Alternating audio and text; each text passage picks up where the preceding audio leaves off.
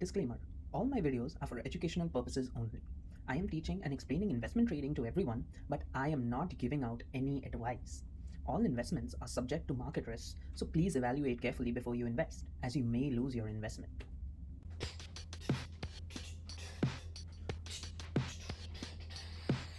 Oh, hey guys, welcome back. So in today's video, I thought I would like to introduce a little bit of a dance number into my introduction, so don't mind me. So if you've noticed in the past couple of weeks, I've given 4 or 5 videos talking about things in the stock market. So now what I thought is, after a batch of 4 or 5 videos, I would like to introduce one video talking about some general terms in the stock market which you ought to know. But if you don't know about them, don't fret about it, because we'll be talking about them right here in these videos. So this one is part A, and I'm going to be talking about 2 major terms you should know. And so today's video, I'm going to be talking about, one is the difference between normal trading hours versus all sessions, and the second one is going to be on the different stock indices which are played about in different stock exchanges all across the different markets. So let's jump right in and let's figure out what exactly is the difference between the two, normal trading hours versus all sessions, and then we'll wrap up and we'll talk about what are the different stock indices. And don't forget, I have a quiz round coming right up. So let's jump right in.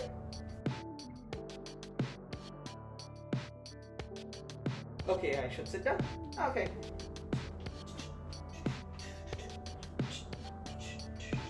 So for the first topic of today, the difference between normal trading hours versus all sessions. Now, normal trading hours, what happens is, the stock exchange, all the companies are open for that time for buying, selling, and trading of their shares to the general market. Now, different countries and different stock exchanges have different timings based on their own time zone. So I'll talk about 3 countries I talk primarily about: India, the UK, and the US.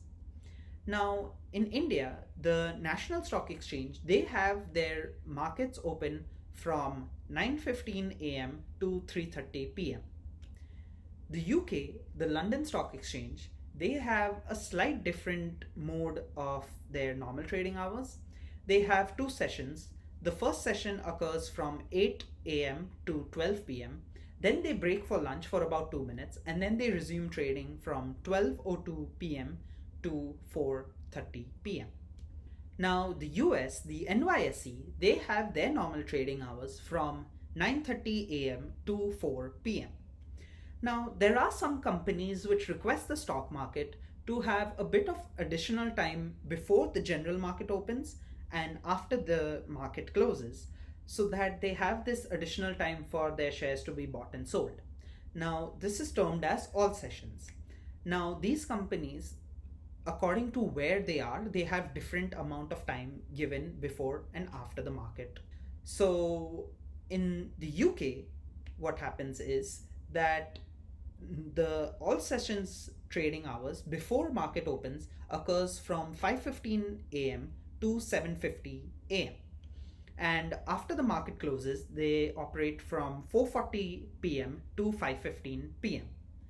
Now in the US, what happens is that the all sessions trading hours starts from 4 a.m. to 9:30 a.m. when the market opens, and then when the market closes, they have from 4 p.m. to 9 p.m.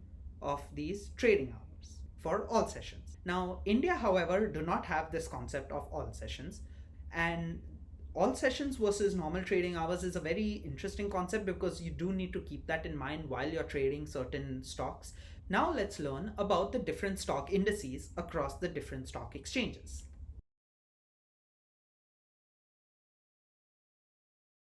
So now, the last one on our list, talking about stock indices. So they track a particular group of companies which revolve around a general theme. So talking about them, these indices can track a group of companies which can be spread across different sectors but have a general theme across them. So like what happens is that some index, they can track companies from the manufacturing sector or the consumer goods sector or the IT sector, and they can be as broad as tracking companies from different sectors, or they can be as specific as tracking groups of companies from one particular sector only. So, to give some examples from the three countries I mentioned earlier, here are some of them.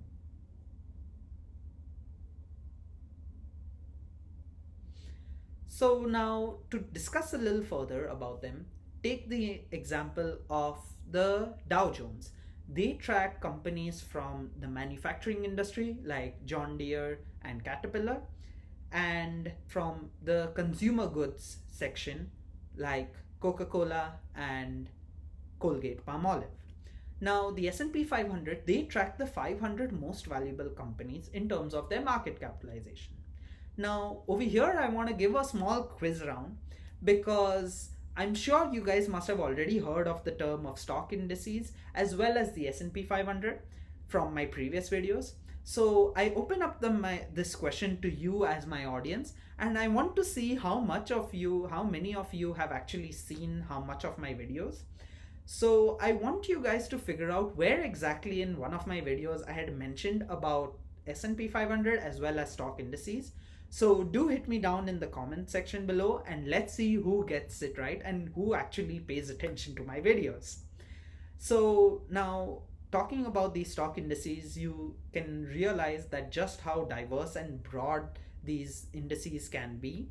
Like, they can track as many as different sectors, or they can track one particular sector, like either just the energy sector or just the pharmaceutical sector or just the IT sector, something like that.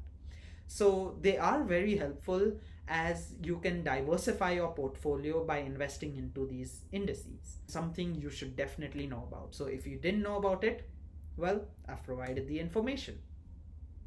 Hey guys, it's time for me to take your leave now. I hope you really enjoyed this short video because I've gotten a lot of complaints from people saying that my videos are too long. So I said, okay, here's a short video for you guys. So I really hope you've enjoyed the short video. I hope you've learned some of the general terms of the stock market I've taught you in this video. And I'm going to constantly keep on doing these videos after 4 or 5 videos on the stock market. And my next week, what I'm thinking is I'm going to stop making videos on the stock exchange. But don't worry, I'll come back to them.